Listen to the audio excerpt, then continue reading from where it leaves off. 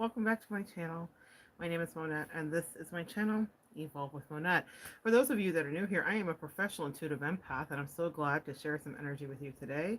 For my subscribers that are really like family and friends, the power is back on. This is not candlelight, it's not a lantern. Um, we had a little bit of time with the power being off, but it's back and a lot of bit of time. But it's back. And I couldn't be more grateful to be able to freshen up and whatever. We actually had family that came into town. I think you guys that saw some of my other videos saw me talking about a pool day with them and like their misfortune to come into town at a time when we literally had them sitting in no air condition at one of the other in-laws houses and stuff. So tonight my little heart was palpitating and I was like, these kids, though they are 29 or 30, need to have a hot meal. And so we took them food this morning, we did that, and now we just got back from dinner. So y'all know me, I don't waste a face. So I wanted to come on and talk to you about something that has been just kind of coursing through me regarding isolation. I had such incredible feedback regarding the video that I did about the shoes, the $800 Gucci shoes, and the whole shenanigan that was. Such incredible feedback about that I wanted to come on here and share with you guys about some of the other extracted or extrapolated lessons that came from there, because I had people write me texts, letters, I had a few conversations. It was really incredible, and it's because I think that it really rang true to so many people having that experience. Well, one of the things that we see happening, as you guys have heard me talk about Harry and Meghan, and I think it's just such a brilliant, shining example. I mean, it's a horrible situation for anybody that suffered narcissistic abuse, and my heart goes out to him as he will wake up eventually someday, as we all do. No narcissistic abuse lasts for the rest of your life. Everybody wakes up, even if it takes 20 years. What I will say, though, is this. The isolation, the way with which Megan quickly isolated her prey is something that anybody who's ever dealt with someone who is toxic or a narcissist can relate to. The narcissist will always seek to isolate you. Now, toxic person, dark empath, whatever. In the last video, we were talking about my experience in my situation, and I was trying to figure out exactly what that was, and someone said dark empath, and I think that that is exactly what we were dealing with, and that will be a video that I make subsequently here, talking specifically about the dark triad and dark empath and what that means, because I think it's something that it's important to educate ourselves on. We love the buzzword of narcissism, but not everybody falls under those lines of delineation. It needs to be diagnosed, all the rest of it. I mean, we all have become armchair psychologists and we are diagnosing everybody in our radiuses. But empaths, I'm not going to lie and say that we're not pretty good at getting that pretty spot on. But what I noticed that were similarities regarding, I'm really drawn to a piece of Suge Knight here, which is about public speaking. So if anybody needs this in their life, they also call it like a dragon's egg. It's really interesting. But here's the thing. What you need to understand about any narcissistic tactic is that they will seek to isolate you. It is one of their favorite things to do to get you away from your friends, your family, and like I said, the biggest example of which we can see with Harry and Meghan and how she literally like Scooby-Dooed him across the pond and was like, get away from anybody. Now, is it because she likes him so much? Is it because it's her favorite person? Is it because whatever? No, it's because it was a meal ticket. And beyond it being a meal ticket for her, it was a point of power and control. HG Tudor has a fantastic channel. Also, I think it's called Finding the Balance or something. I don't know. I'll have to link it, but it is, there are so many channels that talk about the way that this is happening, you know, if you really want to understand the Harry and Meghan perspective of it. But anybody that's dealt with a narcissist understands that. And in my last situation, even though, again, we're not giving that person an official name of that, we definitely are going to say that they were toxic. And I know that because they were really unhappy with my support system. And it was a reminder because I have extricated myself from those kind of relationships years and years ago. So it wasn't something that I had a refresher course on, to say the least. It'd been a while since I'd really had that kind of level of energy from somebody. But I noticed that there were some textbook things that were done just as they were done many years ago, and I can't really get away from it because it happens repeatedly and without fail. It was one, let's isolate you from your main primary source partner, right? So your partner, so that would be my husband for me. Then I had a secondary partner, that's my bestie, right? Or if there's any ancillary or peripheral partners, that is the persons that this person wanted to isolate me from. Now you say isolate, it was so quick. How could that have happened? Well, she started to have opinions that were unsolicited. She started to say and do things that were awkward, that were out of bounds, inappropriate. And for me, there was a full circle moment because I had once had someone have that done to them by a narcissist, and they never took any opportunities to stick up for me or to protect me or anything like that. They instead, because they were infatuated and in the limerence and the addiction of a narcissist, because can we all talk about the fact that that is the thing that can happen? They just cut everybody off one by one because you couldn't necessarily want good for me. You obviously must be a danger. You're trying to take away my precious. Well, this is very similar to what we saw happen with Harry, where when his brother was like, hey, you might want to slow down here. You might want to think about what you're doing. You might want to not, like be so quickly with this relationship. When his good mate, his best friend, said similar things, he was totally overridden. And what happened was, and I don't know if you guys know this, but Harry actually broke up with Meghan because in the beginning of starting to wake up to a narcissist, you'll be like, something's off here, and you will seek to get out of that relationship, like clawing out, which is exactly what you guys saw me do when I talked about the shoes. I was waiting for a moment to be like, I don't want anything to do with you. I realized that you were toxic intrinsically. I didn't need to run it by 16 people. I didn't run it by anybody. The decision was made. A lot of you guys saw the video where I said Bestie was in the room, but Bestie was shocked. She didn't know the course of action I was going to take. It wasn't previously discussed. That was not how that was gone into initially. But what happened had to happen because I've been around the rodeo of the narcissist before. And I was like, if it's not self-protection now, it's never going to be self-protection. It's going to be a hot mess with this person that has me drugged through the mud, and I was not willing to do it.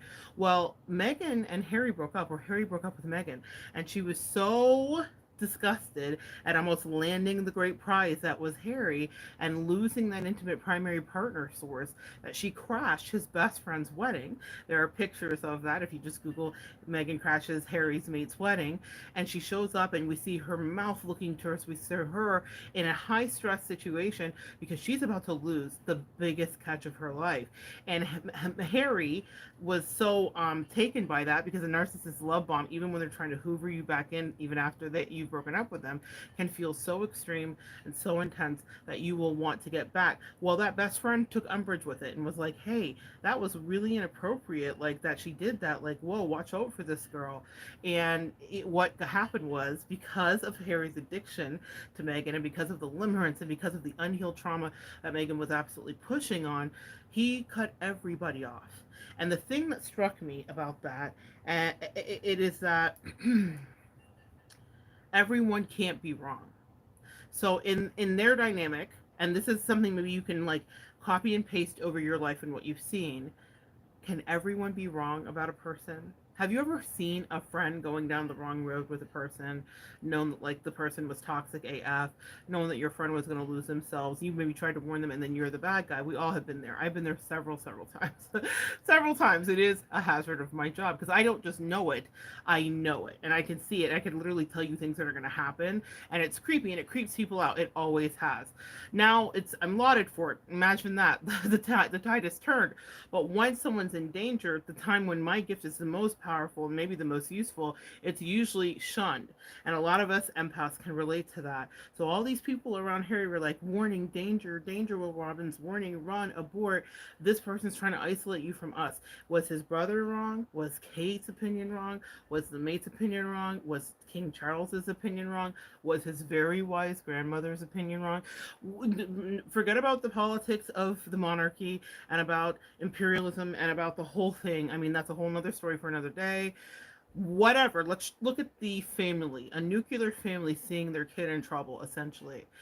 Was the British press completely wrong? Yes, to some degree, but no. In assessments of the manipulation, was the staff that abandoned ship at record breaking pace wrong? Were the family members that Meghan had shunned, discarded, and isolated herself from wrong? Were her friends that she had all of her life that she had no longer seen use for wrong? Were the social climbing friends that she had befriended only to make the right connections and then ghost them wrong. Now, that's an extreme situation, and we can look at that and watch it all play out and see how it's documented. You will not have the luxury of that in your life. As an empath, you might be warning somebody or warning yourself that everybody around you that's like, hey, hey, danger, danger, this is a situation. Now, in my case, I had my own assessments. Me and my angels had a lot of conversations. Did my husband mention the thing once or twice? Certainly. Did my bestie? But more loosely, because we're not body snatcher besties. It's one of the things I value about her immensely is that we have our own minds and we can advise each other as we do, but it's not like the end all be all in that we are allowed to have our own experiences and figure out what works for us. So she did not impose her will, beliefs, and she actually didn't say much. And that's what I love about her till it was over, until I had made the decisions that I was going to make to protect myself. But what I will tell you is that a narcissist will seek to isolate you every time. Now, when I see that with Harry and Meghan, it is so obvious and apparent. Now we look at it. Now we think, oh, and now there is retrospect. Now we're seeing the video with the diva moment and all this, and we see how she's resistant to criticism, like all narcissists are. They're incredibly sensitive to criticism. Now we see that Harry looks miserable. Now everything everybody talked about a couple years ago when we were all raging lunatics is present. But the same thing is true for you in your own personal relationship. And the isolation with a narcissist, they want you to depend on them. They want to rescue you from your perceived miserable life. They will project energy onto you. One of the main complaints that a lot of people have regarding Harry as of late is that he seems to have become a narcissist as well. Well, being in proximal energy or proxy to a narcissist will cause you to assimilate their behavior. And this is not exactly rocket science. Energy is shared. We become like the people we spend the most time around. So even if Harry was entitled or maybe a little daft or a lot of things, what he wasn't was a narcissist. He was quite convivial, jovial, and really well liked, even when he was making big missteps. Hashtag we don't dress like Nazis for Halloween. But Harry was overall well liked by the press. He was considered like the kind of rogue, spared to the air, all the things. But everybody knew that he was always him. He always had a personality from the time he was a toddler. You can look back at all these archived videos and see that Harry was always himself. Well, what's happened is we've watched this devolution of happiness, and that's something that a narcissist will do, is rob you completely and utterly of your happiness. But they do it because what they've done is isolated you from any kind of support system so that they can completely kind of brainwash you. You know, I was out to dinner tonight and a guy stood up and he had on a shirt and it said Stockholm, Berlin, Dublin, XYZ, you know, like one of those like international shirts. But the thing that arrested my attention, and this is how I knew I was going to make the video, it said Stockholm. And that's what I realized that a lot of us have had when we've been with narcissists. We don't want to leave, but are still attracted and or still invested, depending on the length and duration of the relationship. And that's why the isolation process is so terrifying. Because when you can see it being done, if you're a friend observing, or you're having it done, you only have a small amount of time to act. That moment that Harry broke up with Meghan was a moment of clarity. Thank God for giving me this moment of clarity, says the great poet laureate, Jay-Z, right? A moment of clarity is what he had, and he broke up with her, and she was incensed by it. So she literally shunned all boundaries, meaning we don't crash weddings that we're not invited to, and she showed up. And she spent the whole time making everyone at that wedding miserable because the focus became about Harry and Meghan, or really about Meghan, which is exactly what she wanted. The narcissist wants you to see only them in your sights. They want you to only have focus on them. And so they will just literally get everybody else out the pain, because what they want is for you to be like, no, this is my person. They do only care about me. Oh, they care about me so much that they showed up and broke all these rules because I'm worth breaking the rules for. We all want to feel cared about, and the narcissist is fantastic at assessing the weaknesses and the insecurities of an empath. If you are not given a certain amount of love, kindness, care, connection, whatever the case may be, the narcissist hones in on that, and when they hone in on that, that, they reel you in. And what they do when they reel you in is they cast everyone else out. It is not okay for you to have friends that you can bounce something off of. In my last connection here, that very toxic connection that I so quickly jettisoned, that was something that they said to me. Oh, do you talk to your best friend all the time? They took umbrage with that. I didn't give a damn if they took umbrage with that, because I have passed that point in my life where you were going to be able to manipulate me out of the most incredible relationship, friendship I've ever had in my life. It's just not going to happen. A narcissist greatly overvalues himself, and one of the other things they do is they overplay their hand. Now, let's go back to Harry and Meghan. Have we not watched them overplay their hands? Her overplaying her hand, him being the courtesan, the foot soldier, the protector. What did Meghan press on for Harry? His insecurity about not being able to protect and save his mother. She's casted herself in the role of that. There's a million videos and all the evidence that you could ever need, from what she wears to the first perfume she wore on their date. It's so incredibly calculated. And what I want you to know is this is not just about Harry and Meghan. This is about your experience, maybe an experience you're watching happening to a loved one. This is calculated. This is calculated to be the deficit, to figure out the strongest point of control that they can have. Because what they want you to do is disconnect from any sources of reasonable observation, intelligence, and connection. What they want you to do is to feel so incensed that the rest of the world is out to get you, when the rest of the world is out to point them out, that you are now in this Bonnie and Clyde toxicity of it's me and you against the world. And that is where they can dominate and rule. And that's where we've seen it go from happy smiles and long glares as she was trying to enchant him and entrance him, to him, almost like biting down on his jaw and kind of being tense and being frustrated. Is he frustrated with family dynamics? Yes, because they've been thoroughly cast out. And I think that he is having a bit of shock as he's watching that he outcasted himself when he made the choice of Meghan. At the time, it seemed like a fabulous choice. It seemed like he needed this freedom. A narcissist will help you rewrite the history of whatever you've experienced. But the truth of the matter is that I think that it probably disturbed his soul, because Harry is not a narcissist. He's actually an empath. I don't care what kind of projected narcissistic behavior we see with him. That is definitely assimilation that's taken on from being in her toxic thrall for so long. The same will happen to you. I will tell you a story. I once had a narcissistic friend many years ago, absolutely platonic, but we spent an inordinate amount of time together, as narcissists will want to be your primary everybody, right? So I was their best bestie and all of the rest of that. They were a malignant narcissist. This is not the covert narcissist you guys have heard me talk about. If you're an empath here, we've had more than one. Lucky us. So this was a malignant narcissist, and she was verbally abusive and really, really, really, really, really just like one of the most like noxious personalities I'd ever been around. But I was able to manage her because as an empath, that is our gifting, okay? And I remember spending time with her, and I was just at the beginning of dating my husband. It's a story maybe you've heard me tell before.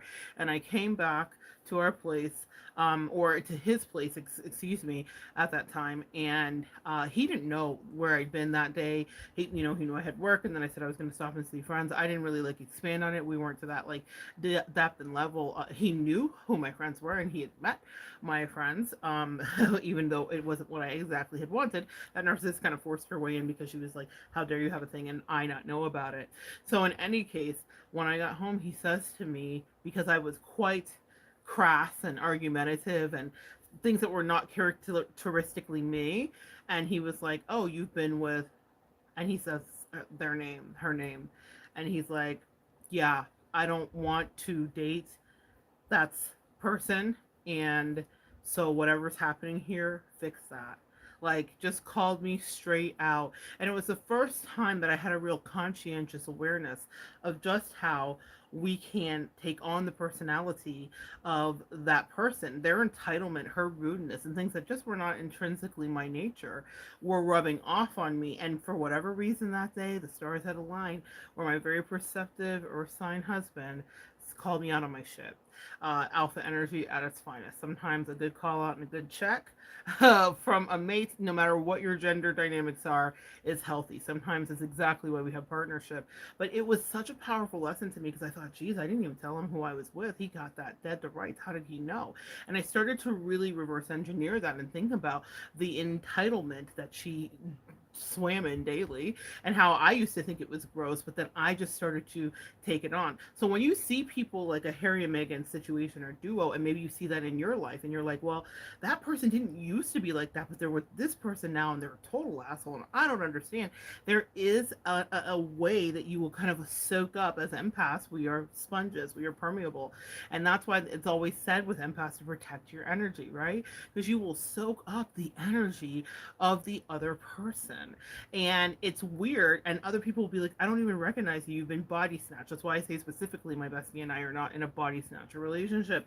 We are individuals with our own ideas and thoughts. It doesn't mean we do not advise, that we do not care, and that we do not provide wisdom. But what it does mean is that after years of my experiences with cults and narcissists and you name it, I'm very conscientious to make sure that whatever someone suggests to me is not just what they want from me, but it is something that I also feel. If I don't feel it, we're not going to be in alignment. Now, the reason that I'm mentioning this is because the way that the narcissist isolates you is through that personality disorder that you assimilate as well. I don't think it's something that's talked about a lot. Yes, we can see the textbook isolation that happened if we looked at Harry and Meghan as the main example, but if you've watched that happen in your life, it's the same thing. But the biggest way I think that they really do it is by making the community be turned off of you. Now we look at Harry, his people to a degree are turned off from him. And even if it's not the great kingdom that is over there, it is definitely the intimate connected people, because they don't trust who? The narcissist.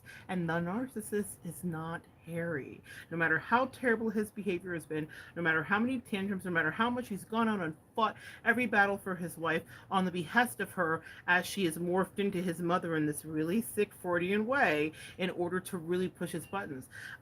But it is done so that she can gain control and isolate him, because now they don't like you either. Didn't I tell you, Harry? Because a narcissist will start to seem psychic. They'll start making predictions.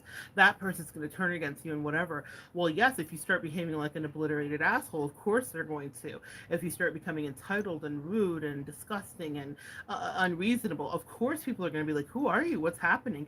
And then the narcissist will say, see, babe, didn't I tell you that all these people were out to get us? Because you are now an extension of them. The narcissist sees you as a possession, hence why they want to isolate you and have you just be to them. They just want you to themselves. They want everybody else to be disgusted with you. They do not want you to go back to that ex that really did care about you, or that ex-friend, or that ex-family member, or that ex-job. They want you to have nobody but them, because then the real abuse and ultimate control can begin. There is never an exception to this. The narcissist will always seek to isolate you.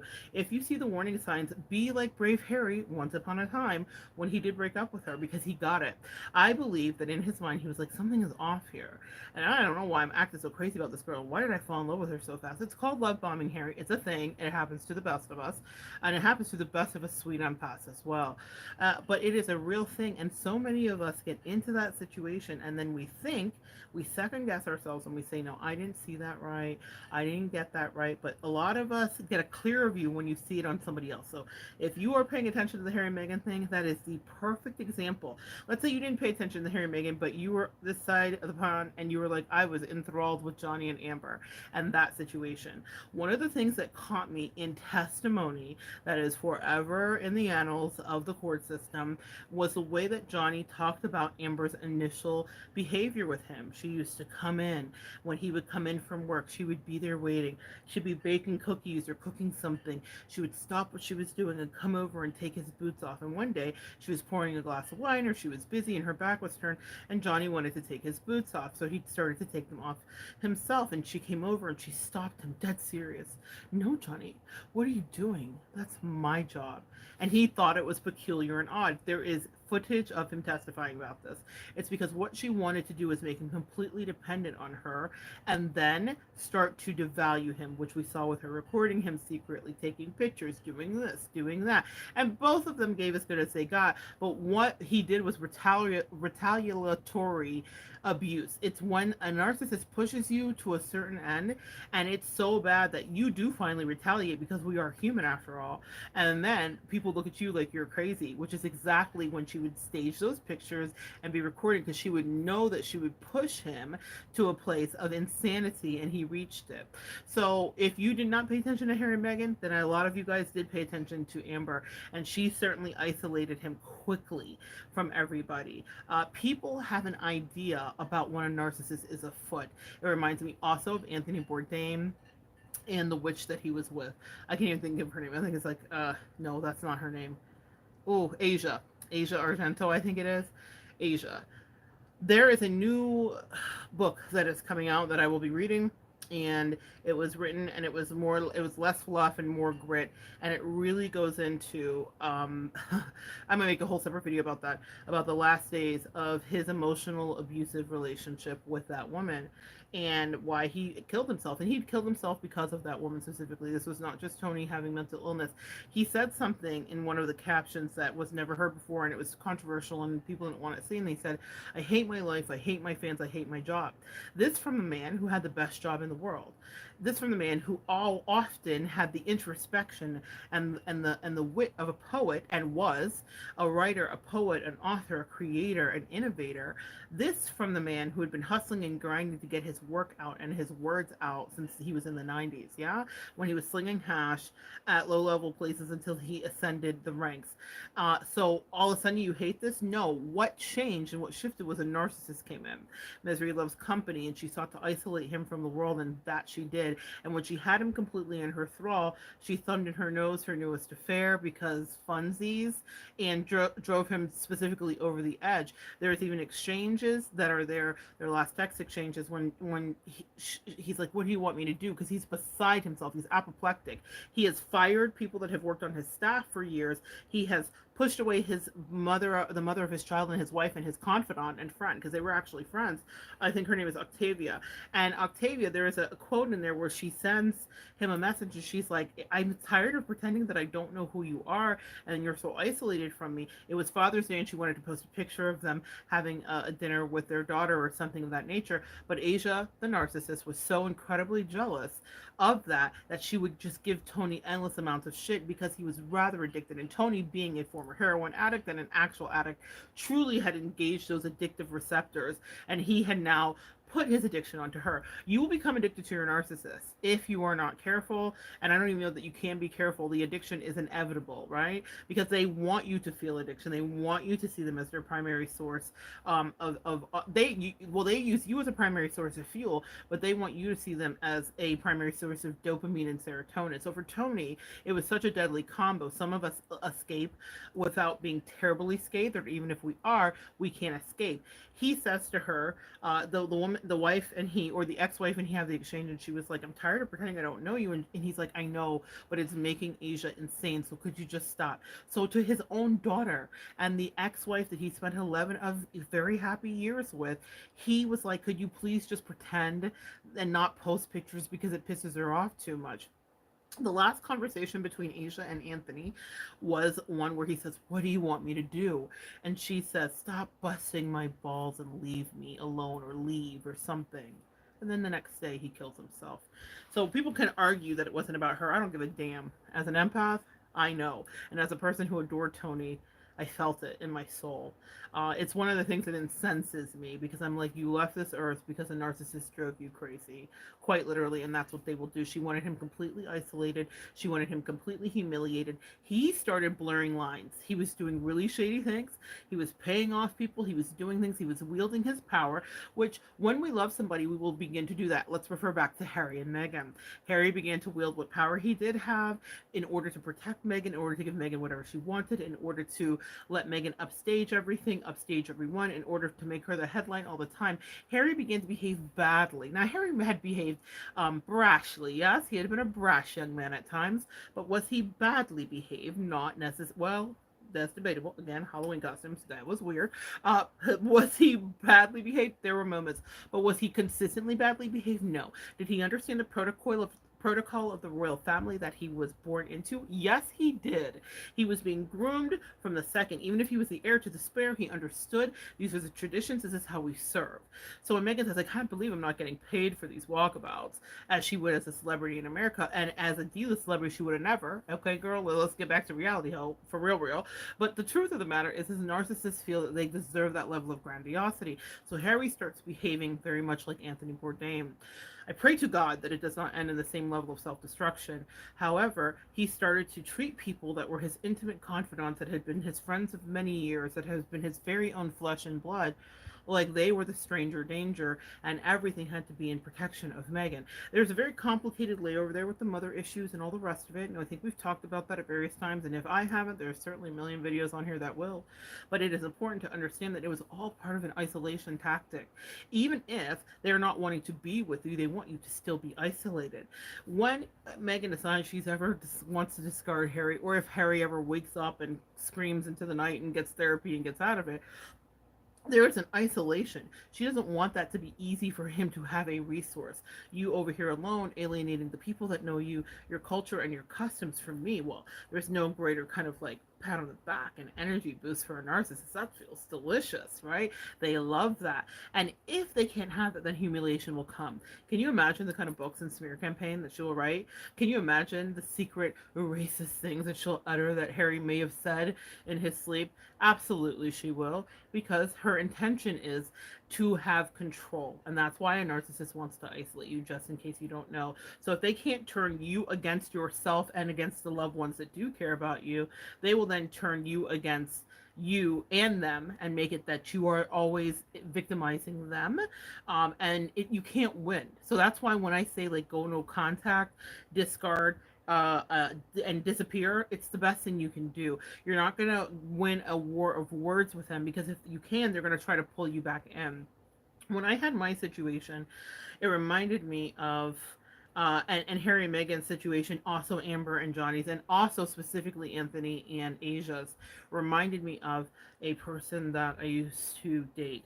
He was an incredibly wise man, and I loved him dearly. And he told me that he had once loved someone, and his Norma, and he called her another not so nice name, and it's not what you would think, but he called her another nice name. She actually was German, just German descent, and her father had committed war crimes as a Nazi, so he called her his Nazi. It was really crazy, but he was very taken by her, and he said in the beginning of dating her, all of his friends gave him the talk off of like, yo, this one's really toxic. Now this is back in the day, many, many years ago. That relationship I had with that person was a May December romance. So they were much older than me.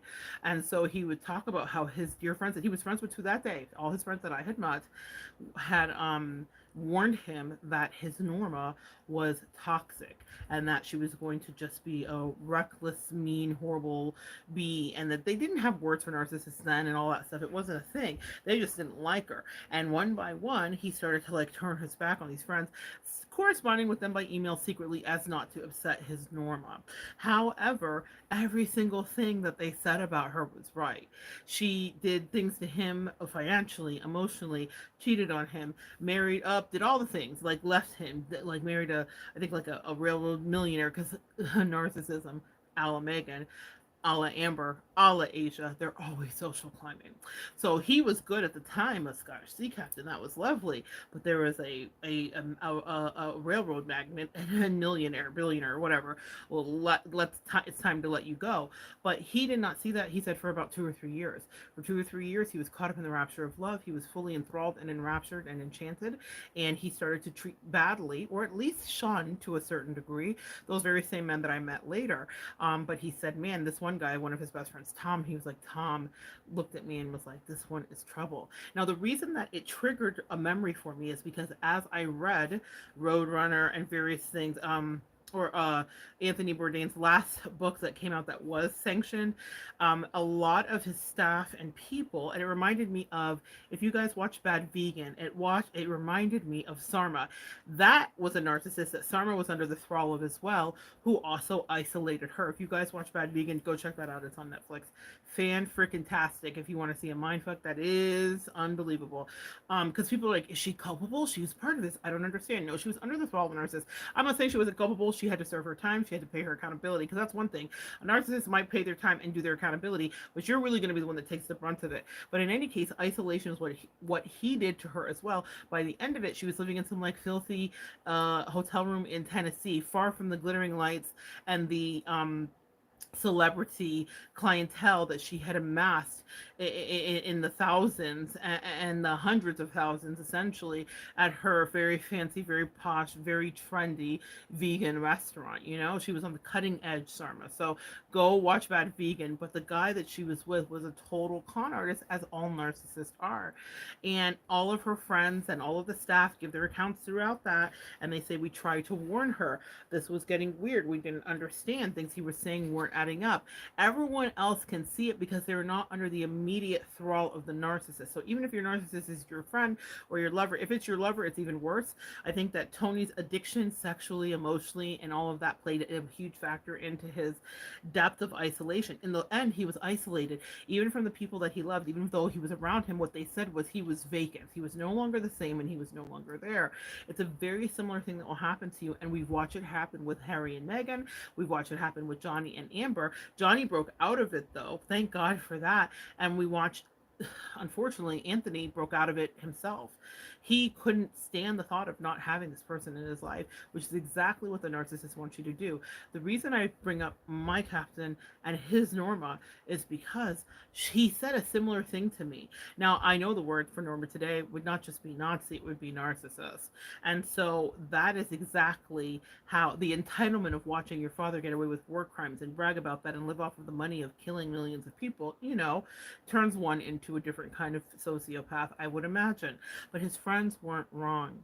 So the thing about that to know is the isolation happens. You can look at all of those examples, the famous ones and the one I mentioned in my own personal experience. Take a look at your own personal experience. The narcissist seeks to isolate you. So they will make you be isolated because of your own bad behavior, because you now are turned into a jerk somehow, some way, because you spent too much time around them. Or they will make you start to fight everybody on their behalf and know they're the issue and they need to get away from you. But really what they want is to see you miserable, because if they can't have you, they really don't want anybody else to come to your rescue. Do you think that Meghan wants to see Harry be welcomed with open arms back to his country while the papers write hit stories and hit pieces on her about how this evil woman took him away and it was almost a second Wallace and the rest of it? No, that would be her worst nightmare. She could never stop the PR machine, and she'd have to only combat it with her own lies and own toxicity and all the rest of it. Do you think that she wants that to happen? She doesn't want Harry to be welcomed back. She wanted him to make such a mess. And that's what a lot of narcissists and toxic people do. They make such a mess that you can't even, it's irreparable. You can't even go back. And that's how they prefer it, because they will move on with their life. If Meghan wants to marry somebody else, believe you me, and if she wants to be like Lilibet and Archie are now being adopted by their new dad, she'll do that faster than you could say Markle, okay? Markle. Faster than you could say Markle, she will do it. And Harry will be the one who has to pick up the pieces and then whatever. Now, fortunately, I think it's probably going to be the first time she has a reckoning. It doesn't mean she won't stop the spin. Narcissists never do. But it means that if he were to go back to his family, they would welcome him back if they thought that he was out of the brainwashing. The reason that he's also so isolated, and the reason that you have maybe been isolated from family and friends that the narcissist wanted you to be, is because you are no longer trustworthy when you are next to the narcissist, because you are the pawn for the narcissist. So at that funeral that we just watched of the Queen, everyone was rather icy and removed from Meghan. Body language experts weighed in, the British press weighed in, people weighed in. We watched things happen. We watched her mask slip a little bit as she yells at somebody about the flowers, all that stuff, right? But what everybody knows is that Meghan is not to be trusted, because your narcissist is not to be trusted. Your run-of-the-mill garden variety narcissist is literally always trying to ascertain information to use against you at a later time and date. And after the smear campaign that Meghan went on with them, whether there was truth or not, it was still a smear campaign, and it was still something that, unlike the monarchy, had seen. And she loves being a trailblazer, as all narcissists do, because they are grandiose that way. After that, it was a tight ship. I can guarantee you, it was a we don't talk around Megan. We don't talk about Bruno. No, no, no. Except Bruno is not some altruistic person hiding in the walls. The evil behind it is the danger is coming from inside the house, and whenever Megan's there, there is the danger, and that is the same thing for the narcissist. So Harry is now persona non grata in his own family, in his own kingdom, in his own area, with his own flesh and blood. His own father and brother are having quiet, whispered conversations about how they should protect their family's reputation, because anything said to Harry, in order to get a morsel of attention, because he is now so isolated from the rest of the world, he must now ferret everything back to his wife, and his wife can use that to spin against them. What a lonely place that must have been. And yes, there were some power games being played, and there were some papows. All of the you can't wear the ER and you can have on the uniform and this and that. And I thought it was asinine because I'm like, he's the only one of you who actually like served and went to Afghanistan with 2 tours and whatever. I'm very logical and practical. Do I know that he's fucked up? Yes. Do I know that he's full of it? Yes. Do I know that he's associated with a narcissist and he's now has to be completely removed from any kind of thing because he is a liability? He doesn't realize it, because when you are under the thrall of a narcissist, you do not realize what a liability you actually become, because you are a liability for other people. In my very own situation, I noticed that person wanted to isolate me and isolate me because they wanted me for their own. They saw me as a very incredible source for them. Um, as an empath who could bring them time, attention, and energy, and any other way that it was parsed out or distracted was not going to work for them. Fortunately, again, been here, done that, so I knew better, but not all of us will. I saw it happening and I was like, no, I'm not going to be separating from my best friend. I'm not going to be separating from my husband. I don't care what's going on with us. It's not happening. And if it is happening, it's not going to happen because of you. If me and Bessie have a situation, that'll be between me and her. If me and my husband have a situation, that'll be between me and him. But it's not going to be pushed on. You're not going to play on any vulnerabilities here, even if they are here, because I know what's happening. It's so important for you to have a grasp on that. And so if you're able to counsel somebody, um, if you're able to help somebody, if you're able to see it, maybe don't be all the friends that say, I want to wave the flag and let you know this person is toxic, because you'll become persona non grata immediately, and you will be used as fodder and bait for the narcissist to be like, see, I told you, they hate our love. That is such a classic tactic.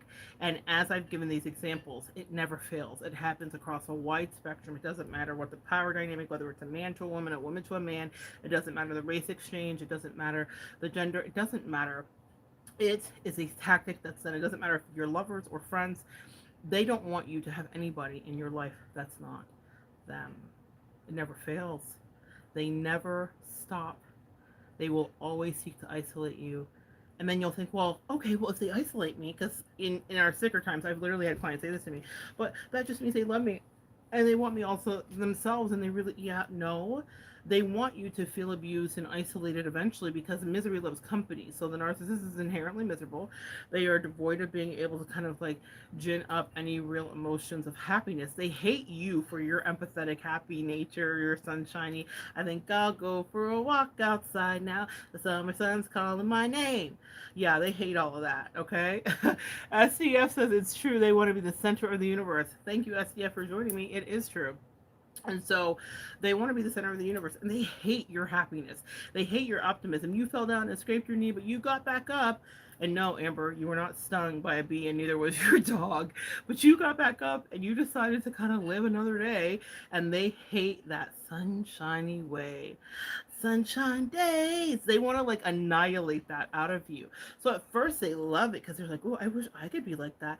People are rather responsive to them, and their life is perfect, and their life is this. And I think, but what they're doing is seeking to take aim to kill each and every one of those positive traits out of you. So I promise you, the very things that Megan lauded Harry for, she longingly stared into his eyes and reaffirmed him and touched him every 25 fucking seconds because it was her property. The reason that all those things happen, I'm sure, are not the same reasons that they're happening now, and I'm sure the dynamic and the narrative has shifted. I'm sure he displeases her far more often. I'm sure that he doesn't get things right because the narcissists love to make you second guess yourself and gaslight you. And poor Harry was just absolutely just ripe for the picking of being in the thrall of this crazy person. Like, he just, it was Every empath has been there. My heart breaks for him, but girls and boys, you are watching like you watch her do a master class of isolation. To get him to leave his royal family was a coup de grace. It's one of the best things that's ever happened to her. It's one of the best things she's ever pulled off. She's had a lifetime of practicing that, as most narcissists do. As SDF said, they want you to be the center of the universe. How much more of the center of the universe could Harry have become, or could Meghan have become, for him to have literally centralized his universe around her, out of his country, out of his life?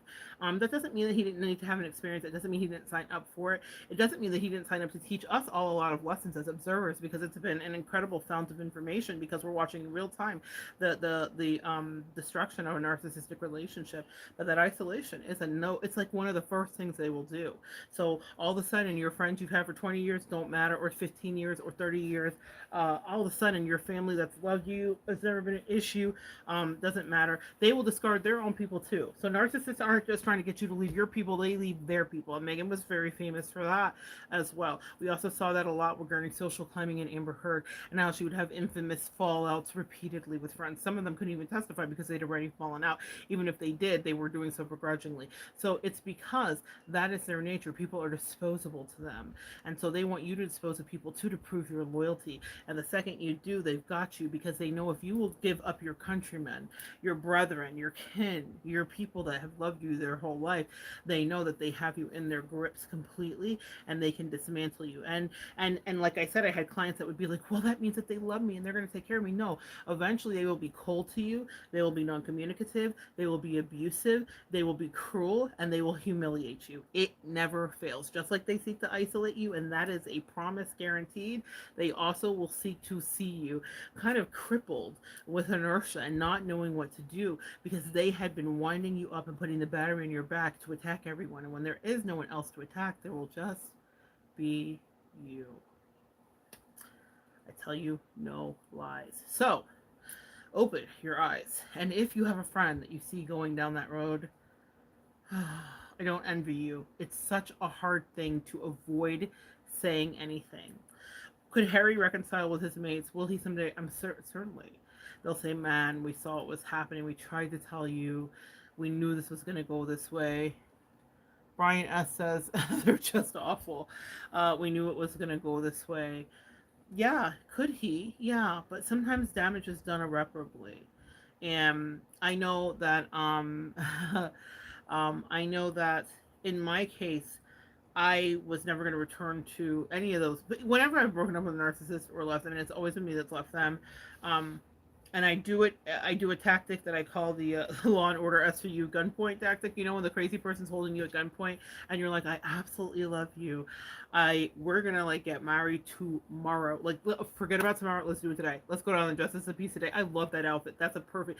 It's a what nice day for a white wedding. Like, I do all that reverse psychology stuff, because once you know that it's a narcissist, then you start playing your exit strategy in front of them, just like they play their reindeer games with you. And it is in this way that assimilation actually works in your favor, where you start to take on some of those traits.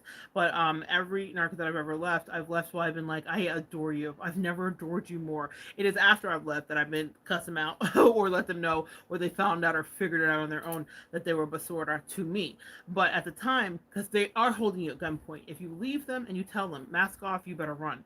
A lot of channels here talk about it, so you have to be so careful how you get that done. With the covert narc, I was like, oh, girl, me and you will never part. It was all that. Maki Dada. But in my mind, I was like, hey, until you do right by me. No good. It's coming that way. So, but narcissists don't know how to do right by you. Excuse me. Narcissists do not know how to do right by you. Sorry, I got choked up. Narcissists do not know how to do right by you. They do not Oh, thank you, Belinda. Thank you. Brian says, tell them everything they want to hear. Exactly. And Belinda said, I look pretty. I look pretty. Oh, so pretty. Um, but yes, I'm in my fall colors for. We're almost at the first day of October, and we have power back in my house, and I'm so excited about that. So I was like, well, I can see to put on a face. But in any case, you have to tell them whatever they want to hear. And you just pretend and go along. You don't think like I'm stroking their ego where it's too much. No, you are surviving. When you are leaving a narcissist, like I am so interested to see what happens when it's time for Harry to wake up, because he's really put himself in a pickle. I mean, some of us have lost a few friends, or some of us alienated spouses or whatever. Thank God my power's back on to yes, girl. That was a whole situation. There was a hurricane here. For those of you guys that are not here, well, here obviously you're not here. For those of you guys that don't know, Hurricane Ian hit Florida, and I was in the cone, and it was devastating. So much more so for other people. Millions of people that are still without power, and millions of lives. Not, excuse me, I don't want to speak that. Lots of lives lost. I don't know the count, but it was not a good situation. So me having no power for a couple days, easy peasy compared to so many other of my friends and family that are still like locked into their house because they're flooded, and like literally I have friends and family that can't leave their house because of the flooding. So yeah, I cannot complain at all. But in any case, I'm also a prepper. Y'all don't know that about me, but like the gluten-free storage buckets of food, and like the 1,000-hour or the 100-hour candles, and like I'm a prepper that way. So I'm ready. I was also a Girl Scout, for those of y'all don't know. So I was ready, but you can't really be ready for Mother Nature in some ways. Like there are so many people that were ready too that literally got obliterated. So I am not trying to be cheeky whatsoever or entitled in that. I know exactly how lucky I am. As a Floridian, I definitely get it. But in any case, when you are dealing with leaving the narcissist, yeah, you want to tell them exactly what they want to hear. I told the covert narc, like, you know, yeah, it's me. I just can't handle your magical gloriousness anymore, when I was just sick of them. I also was not going to say to rescue them, because they had hooked up with a malignant narc and a lot of those nasty behaviors had rubbed off. And I was like, before I have to throat punch you and end up in somebody's jail, which is just not my destiny, life path, or blueprint, I'm just going to let you be to your devices because you're a disrespectful bitch. I just couldn't take it anymore. So I love when we empaths get to that point where we're like, you know what? What I'm not going to do is deal with this. So that was a covert narc. And the last toxic person that I dealt with, it wasn't to that level because I hadn't been that invested, but it definitely was like red flag, red flag, red flag. And it was like, get out, get out, get out. And I'm not going to be isolated, and you don't get to keep me, and I'm not going to live with the, like, it was a lot, y'all. It was a whole lot. So a whole lot of, Zoe says it was a whole lot of. So I just did not want to be involved. And when you have been through that a few times, it's not like you have a choice that you're like, I think I shall be involved. It's not that. What it is that you, depending on your level of addiction, like when I think about Harry having broken up with Megan that one time where he had like a break of clarity, depending on your level of addiction, you can get out. And that's why I'm like, if you notice it sooner, if you see something, say something, is not what they say. If you notice it sooner, get out. Get out, get out, get out as soon as you start to notice. Were I to have allowed the person that I made the video about the shoes with to continue to infiltrate my life within 6 to 8 months, maybe a year, I would have felt guilty. I would have felt a lot of my empathetic nature would have overridden my common sense. And that's why I was like, well, I'm pretty fresh in this. I don't have much skin in the game right now. So I'm just going to eject out of here because I already know where this is going to go. It's not going anywhere good, and it's not going anywhere beneficial for both of us. It's not going to be mutually beneficial for me. It is beneficial for you. I was looking at the definition of a dark empath, and they specifically utilize your energy to leverage personal gain for them. Okay, so that's what that is. And again, another video coming soon about that. But for anybody that's watching this in the playback, please leave your comments below if you've ever tried to talk to a friend. I've talked about this several times because it's a thing we will do, and I think of all those people that tried to talk to Anthony Bourdain and to Tony and to Johnny Depp. Anthony Bourdain, Harry, and Johnny Depp. Also Sarma of The Bad Vegan, where they were like, girl, this is not going good, this does not look good, this does not feel good, there's something off about this person, and they just overrid it. Also, I have overridden things too, and I've watched people that I cared about override things, and then they had to meet their ultimate demise. The narcissistic abuse is no joke, and when you have it, when you've encountered it, it changes your life. And there are some things that are irreparable. For Prince Harry, I think, well, clearly he's defected from his royal duties. I don't know how much more drastic or dramatic it could be. I mean, I guess they still have some titles to some degree, but it was certainly not what he had previously.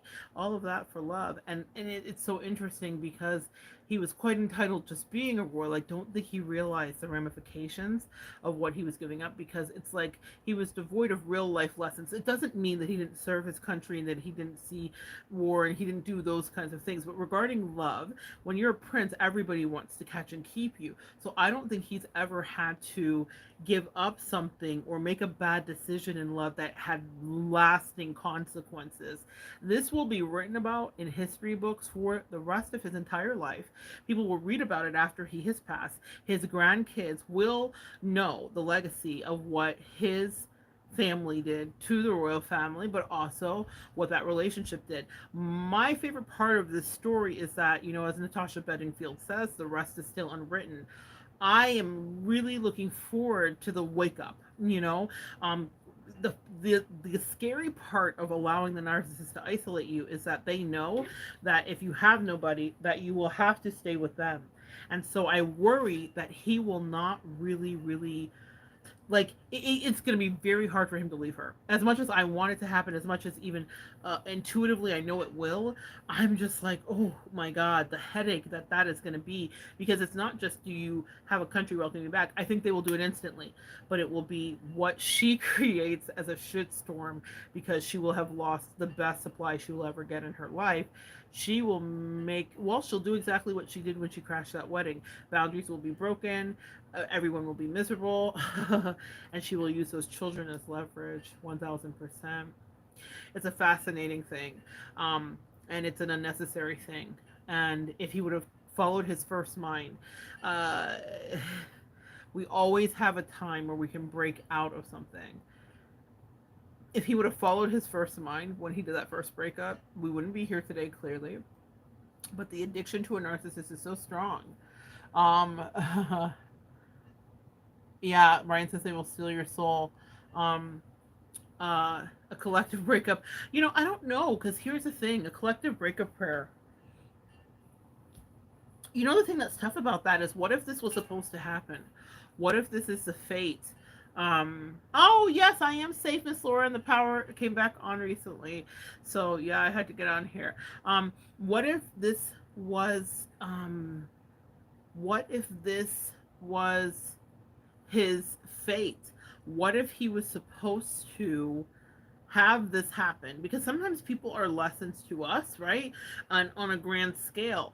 Just like Princess Diana was a lesson about possession, and a lesson about all of these things, and a lesson about, like, Princess Diana's story so touches my soul.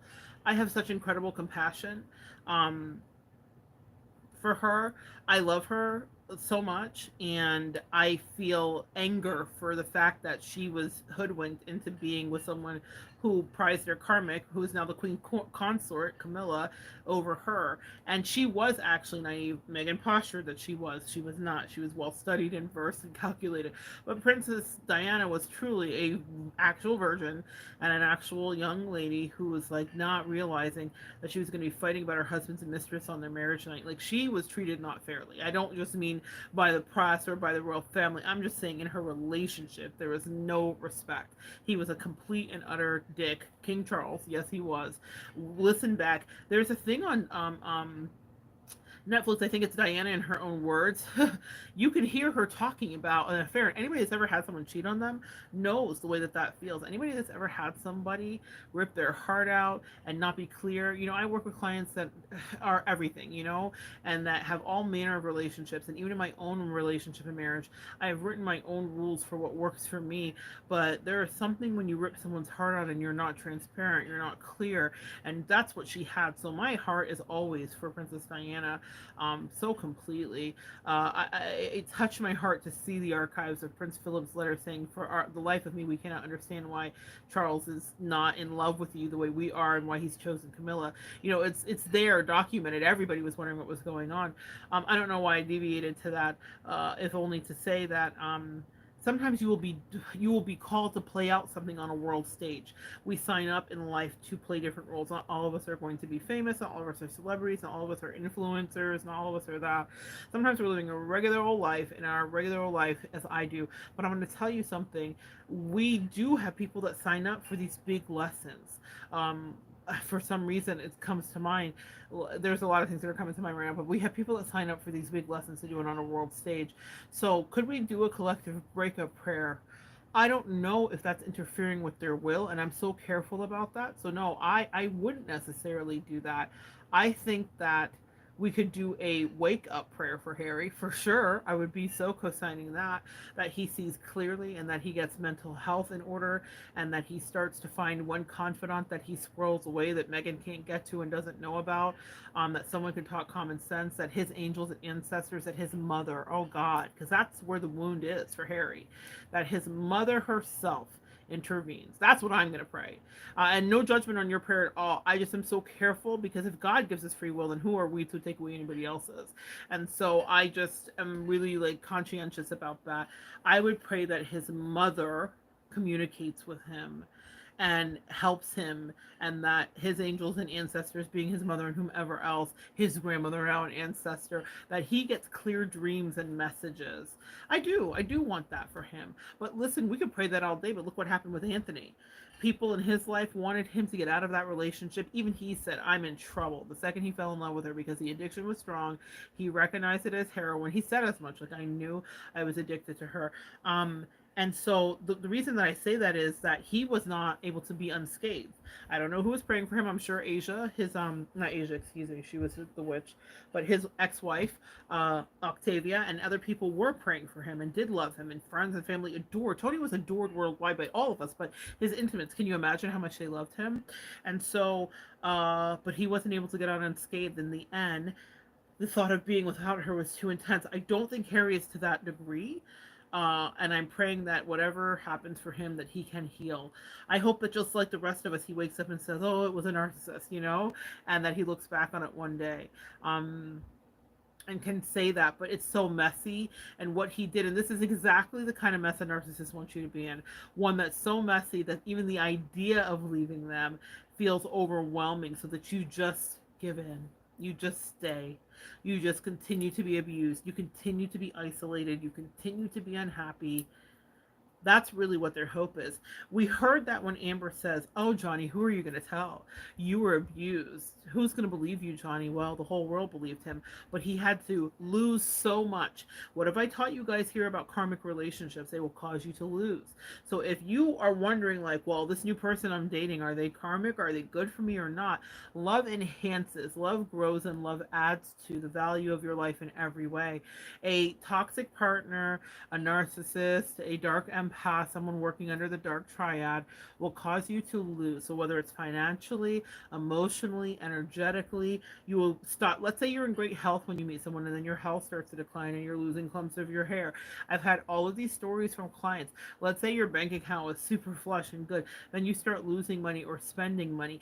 Even in my most recent situation with that toxic person with the shoes, I noticed that I was spending more money when I was around that person. And it's not because she said, "You have to spend money." It wasn't that. But that is how your angels will get your attention. And I started to do my own calculated math.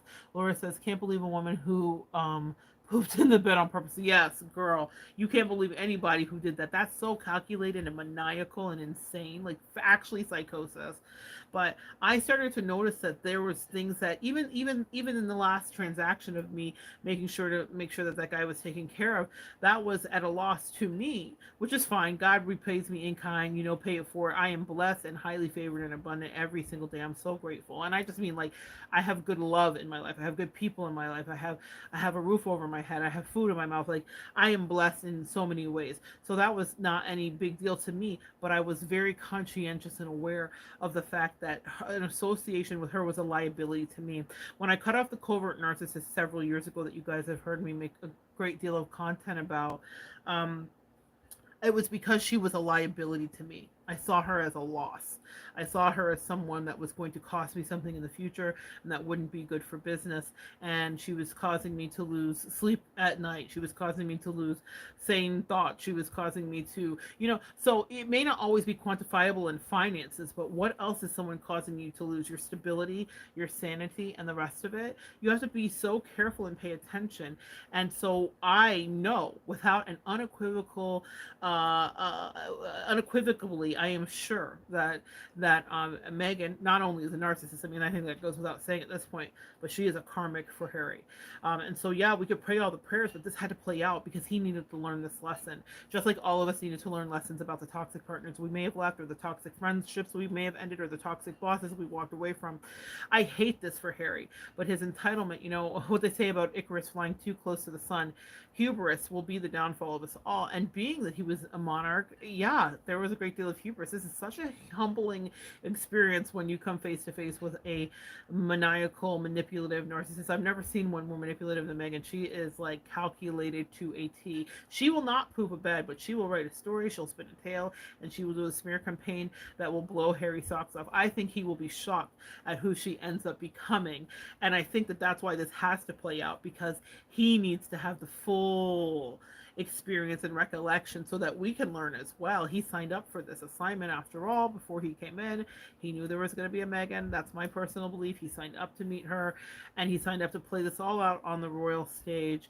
And it's interesting, but the way she's a karmic because she's caused him to lose. He's lost friends. Let's say maybe he could make all the millions because she could merge their lives from here to kingdom come, or not to kingdom come. But he's lost his friendships. He's lost his connection to his homeland. He's lost his family. He's lost his identity. He's lost respect. She has caused him to do nothing but lose standing in the world stage. And while a lot of people respect him, he protected his family. He came out swinging. He was a great guy. Yes, but now we can see how he was manipulated to do a lot of things. And does he take responsibility? Yes, because like I said, the assimilation of the toxic behavioral patterns of your narcissist will be something only you can own. When I came home and my husband called me out because I was around that malignant narc, he wasn't wrong. I couldn't be like, well, she made me come home and be rude. No, I chose to be however I was being. That was out of pocket. That he had to be like, get your life. But I was definitely under the thrall of narcissistic energy, and that's also why I say be so careful about how much time you're spending around these people. That's why it's also so important to divest, because the more time you spend around them, the more you'll become like them. If only for your survival, to fight them, to learn how to fight them, to learn how to stick up for yourself. You become a person you don't like. It reminds me of that song by Drake, No Friends in the Industry. He said, I was young angel, but these ninjas turned me evil. It's a real thing that happens as energy transference occurs between the narcissists, especially when they're trying to isolate you and gaslight you and make you second guess yourself. You don't stay in that high vibration of an empath, and they don't want you to. They want you right in the mud with them. I was young angel, but these haters turned me evil. And I related to that. I related to assimilating in my last spiritual battle with the covert narcissist a lot of their toxicity and traits, and it was for my survival and for battle. Now, my angels didn't let it stand, and a lot of it got washed away, but for a moment I definitely got as down and dirty as they did, just not like they did. Even that was kissed by an empath's touch, and kissed by an angel for sure. My angels certainly regulated me when I was at my darkest times, but that's what our narcissists want you to be. They want you to say, see, you're just like us. Oh, see, your shadow side peeked out. Oh, you're not so perfect. No. And that's why I want you to embrace your shadow side. We are not so perfect. We can be assholes. We can be snotty. We can be mean. We can be cutting. We can be unfair. We can be cruel. We just choose to not exist in that at all times. When you're in battle with a narcissist, I say, all's fair in love and war. You need to do what you need to do to survive. You need to say whatever you need to say. You need to act however you need to act. And if they're trying to isolate you, you need to reintegrate into a community that can support you, okay? Isolation is how this began, and so we'll end it there. Reintegrate if the isolation happens to you. You won't notice it at first. It's insidious. That's what they are, demonic. It's insidious. And then eventually, I promise you, there are days when Harry wakes up with nothing to do and no direction, and he's sitting bobbling around in that Montecito house, and maybe he's watching news go on in his homeland and country, especially as this happened with the Queen, and he's thinking, how did I get here? It's something we all have thought when we've been in a toxic relationship. Don't let them take you there. Brian S., she was just nasty. Yeah. They're definitely a liability. Even had to cut off people close to them to keep myself out of their mess. Preach, girl. Yeah, it's the truth. And that's another thing. I'll leave you with that, guys. You'll cut off everybody. Listen, y'all know that I had a son, a little surrogate son named Mowgli, who is now a grown man. But that wasn't his real name. But I couldn't even engage, and I still knew my angels, because they knew we had a relationship, a spiritual connection. He got in trouble. I knew when he got in trouble. I knew all of the things. They literally showed it to me in dreams, and then would corroborate it to me. Actually, he ended up getting into UI. This is after I left his life, and that's because that's what his mother's energy trafficked, and the sins of the mother and the father will be visited upon the child. I would never have wished it for him. I wanted to save him, but they said if you stay connected to him in any way, because I wanted to send him money, I wanted to help him. I know every time something is wrong with him in a way that's uncanny, probably more than his own mother, because she was checked out. I don't know where she is now. I know she's still alive, but what I do know is I could have no parts of that covert narc. So I left that connection in that relationship, and I said, angels, y'all are gonna have to keep your hand on him, because not I was my life was not worth sacrificing it to allow her to use him as a pawn to get to me, to use me or to pull me back in. Not ever, ever, ever again. So I still know all the things. I still feel very much a surrogate auntie's love, or a mother's love in a certain degree. Not his mother. I would never claim to be that, even though she was horrific at times with him. And the last 2 years, y'all know how I feel, and we want to get into that. But what I will say is that my angels kept me abreast of it, but I had to cut off the most important connection with a kid that I raised essentially since they were a toddler, meaning emotionally connected with. When I say raised, I wasn't in his house every day, so I never want to take credit for that. I did not do that, but I was emotionally a parental guiding unit and emotional support, and I know he loved me. I know he did. He may not now, because narcissists love the smear campaign, the parent when they extricate themselves out of the life, but it wasn't worth me losing my sanity over. I was like, oh, I have to love you from a distance, homie, because your mom is too toxic for moi. Can't even be involved. Can't even have you around me. Not nothing. I know that if she passes someday, he'll figure out a way to reach out to me, and I will happily take care of him, hoping that he has not morphed completely into the sins of his mother and father. But I would never, while she's alive, have anything to do with him. And that was a really hard decision. That broke my heart way more than her. I was happy. I was like, toodaloo to her. But I cared about that child because I realized that he was now going to have to deal with her toxicity and her parentifying him and all of the things. But you do have to break out. All right, guys, I'm going to get going. I've been on here for about an hour. Poor Mowgli. Yeah, SVF, say a prayer for Mowgli, man. That's my Holmes. I love Mowgli so much, and I love him so much to this day. And I didn't even think I loved him so much until I was still emotionally connected and getting the little beep, beep, beep, beep, beep from the universe whenever he was in trouble. And it was trouble that I could foresee coming, just like barreling down on him, because his mom had just opened herself up to demonic energy and lower vibrations. And she had given her life over to a malignant narcissist because she was weak AF. And, she didn't want to listen. So, anyway, thank you so much. I appreciate all the blessings, well wishes. I love your politeness in the chat to each other. It warms my heart. I love the community that is building here. I love how you guys take time to say hi to each other and give advice and comment and whatever. And it I'm so grateful. I prayed. I put this on a vision board years ago. I never thought I'd get to see it like this, and it's amazing. So thank you so much. Anyway, come back and join me next time. Don't let them isolate you. Speak up if you are brave to someone that's getting isolated, but if you notice it for yourself, get out and do what Harry didn't do, which is keep that breakup going if you do it the first time, if it's new, because you will save your life and so much trouble. I know he thinks back, shit, I should have never got back with her. He may not even be there yet, but I guarantee you it will be a thought that permeates his very soul to his bones someday. And he'll realize all the stuff he was playing out with his mom and how she pressed on every single thing. That manipulative fuck. She is a really, really, really one of the most manipulative, creepy people I've ever I haven't encountered her, but we were observing her. She's teaching a master class in fuckery. I promise you this will not end the way that she wants it to, and not for Harry either. But in any case, the isolation was the message for tonight. So pay attention if someone's doing that to you. Let's say you're dating someone new. Get out as soon as you can. It's the way you save yourself. Okay, come back and join me next time, and we'll continue to evolve together.